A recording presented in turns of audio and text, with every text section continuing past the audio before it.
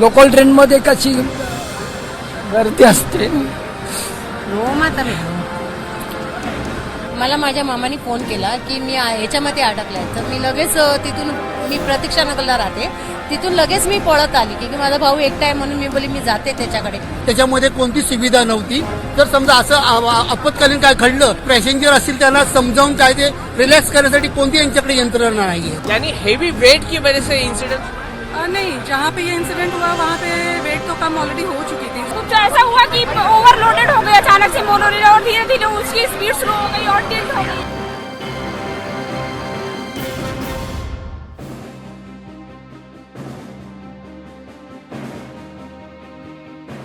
वडाला रोड जो है वहाँ से मैसूर कॉलोनी तक रोज आती हूँ. आज काफी भीड़ की वजह से रुक रुक के चल रही थी और बीच में एक दो जगह इससे पहले भी हमेशा इसी से प्रयास करती है. जी जी, मेरे लिए कन्वीनियंट है. मोनो जहाँ तक जाती है तो मैं मैसूर कॉलोनी या बीपीसीएल से पकड़ती हूँ और आगे वडाला रोड तक जाती हूँ. क्या हुआ पर क्या इंसिडेंट क्या हुआ? बता रहे टेक्निकल इशू है, बट मैं रोज जाती हूँ तो अक्सर कभी कभी ऐसा होता है कि बीच में रुक जाती है या टेंट हो जाती है. तो आज कुछ ऐसा हुआ कि फिर उसके बाद चल नहीं पाई गाड़ी. बंद पड़ने के बाद कुछ अनाउंसमेंट किया गया, कहीं सांस रुकने की कई लोगों को तकलीफ. थोड़ी गर्मी तो अंदर थी काफी, बाद में एक विंडो के ऊपर थोड़ा स्पेस था, उसके ग्लास को हटाया गया, उसकी वजह से थोड़ा सा कंफर्टेबल था. बट गर्मी बहुत थी, अंदर लोग परेशान हो रहे थे. कितने यात्री थे? पूरी पैक थी, काउंट करके बताना तो मुश्किल है, बट पूरी गाड़ी भरी हुई थी.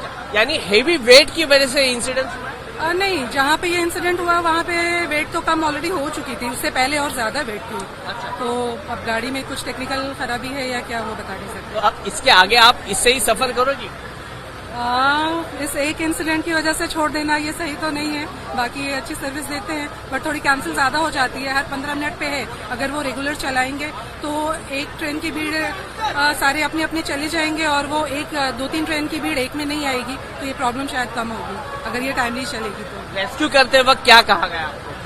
एक्चुअली फायर ब्रिगेड वाले बहुत पहले से आ चुके थे वो, लेकिन उनको फाइनल डिसीजन लेने में, गेट ओपन करने में काफी टाइम लगा. तो गेट ओपन करने के बाद फिर वो हो गया. बहुत बहुत शुक्रिया, आप अपना ध्यान दीजिए. मेरा नाम नेहा वर्मा है. मैं लोअर परेल से अपने घर जा रही थी, जैसा कि मेरा घर है चैम्बूर में. कहाँ से मोनोरेल पकड़ी थी आपने? लोअर परेल से.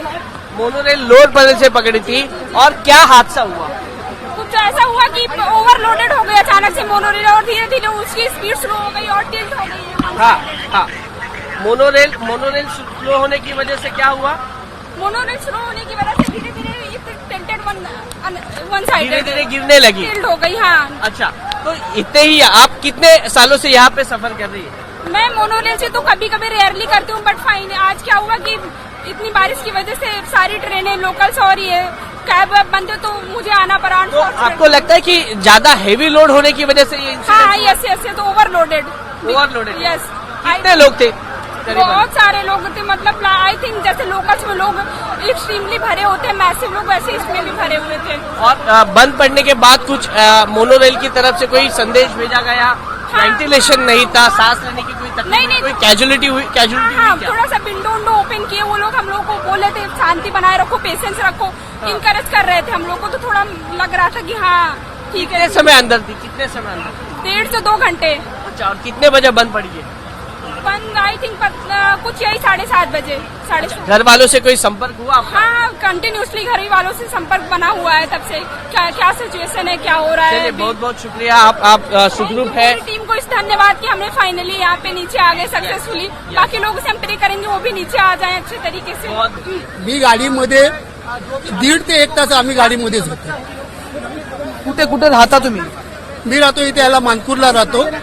आता आतमध्ये 1.5 ते 2 तास तुम्ही आत अटकले होते. काही व्हेंटिलेशनचा, श्वासाचा त्रास झाला का? खूप सर्वांना, भरपूर लोकांना त्रास झाला. त्याच्यामध्ये कोणती सुविधा नव्हती आणि नियोजन पण नव्हतं की जर समजा असं आपत्कालीन काय घडलं तर कामगारांनी त्या पॅसेंजर असतील त्यांना समजावून काय ते रिलॅक्स करण्यासाठी कोणती यांच्याकडे यंत्रणा नाहीये. आतमधून ज्यावेळेस तुम्ही ही सगळी तक्रार दिली त्याच्यानंतर किती वेळाने हे सगळं रेस्क्यू ऑपरेशन चालू झालं? यंत्रणा किती वेळाने आली? तरी मला वाटतं अर्धा पाऊण तासांनी ते झालं असेल. म्हणजे एवढा दीर्घ काळ लागला? हो, ते त्यांचे इंजिनियर गेले, कोण कोणाशी काय बोलत होते, काय करत नव्हते.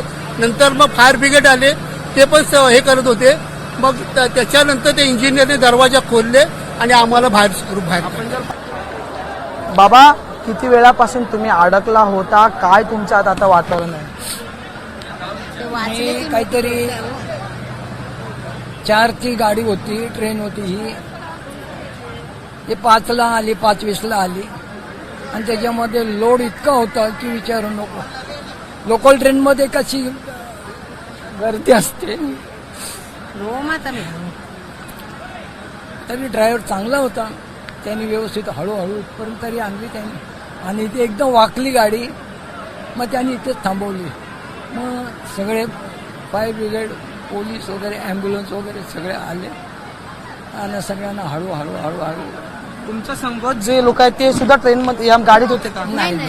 हा माझा मुलगा आहे, माझी मुलगी आहे. तुम्ही यांना घ्यायला आलेला आहात, तुमचे बाबा आहेत, काय तुम्हाला माहिती मिळाली होती? मला माझ्या मामाने फोन केला की मी ह्याच्यामध्ये अडकलाय. तर मी लगेच तिथून, मी प्रतीक्षानगरला राहते, तिथून लगेच मी पळत आली की माझा भाऊ एकटा आहे म्हणून मी बोली मी जाते त्याच्याकडे. माझे मिस्टर पण आहे, ते पण बाहेर उभे आहे. मामा कुठे राहतात?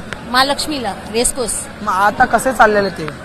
आता ते चेंबूरला गेले वाटतं, मला वाटतं असं. आता हिच्या घरी जाणार आहे, थोड्या वेळ तिथे थांबणार, अर्धा 1 तास थांबेल, थोडा आराम करणार आणि मग नंतर मग टॅक्सीने जाईल, नाही तर पोरांनी गाडी आणली, मग बाईकने मी जाणार. तर बोलते सगळे तुम्ही वाचायला पाहिजे, तुम्ही सगळ्यांना तुमच्या बाबांना घ्यायला आलेला आहेत, अशी अवस्था पाहिली, काय भावना होत्या? सुखरूप बाहेर आले ते माझ्यासाठी लई चांगली गोष्ट आहे. फायर ब्रिगेडने, पोलिसने सगळं चांगलं सहकार्य केलं, सगळ्यांना बाहेर काढलं. माझ्यासाठी ते मोठी गोष्ट आहे. देवा पावले माझे, देवासारखं सगळ्यांनी हेल्प केली. माझे वडील सुखरूप आले, ते माझ्यासाठी लई चांगलं आहे. आणखी कोणी लहान मूल आहे का वरती आतमध्ये? लहान कोणी होतं? नाही, लहान कोण नाही, सगळे यंग लोक सगळे होते लहान, पण ते खाली उतरता सगळे आले. तुम्हाला श्वास घ्यायचा काही त्रास झाला होता वरती होते तेव्हा? काय नाही. देवाची कृपा आहे, माताजीची मेहरबानी आहे, काय नाही, व्यवस्थित आहे. एबीपी माझा, उघडा डोळे बघा नीट.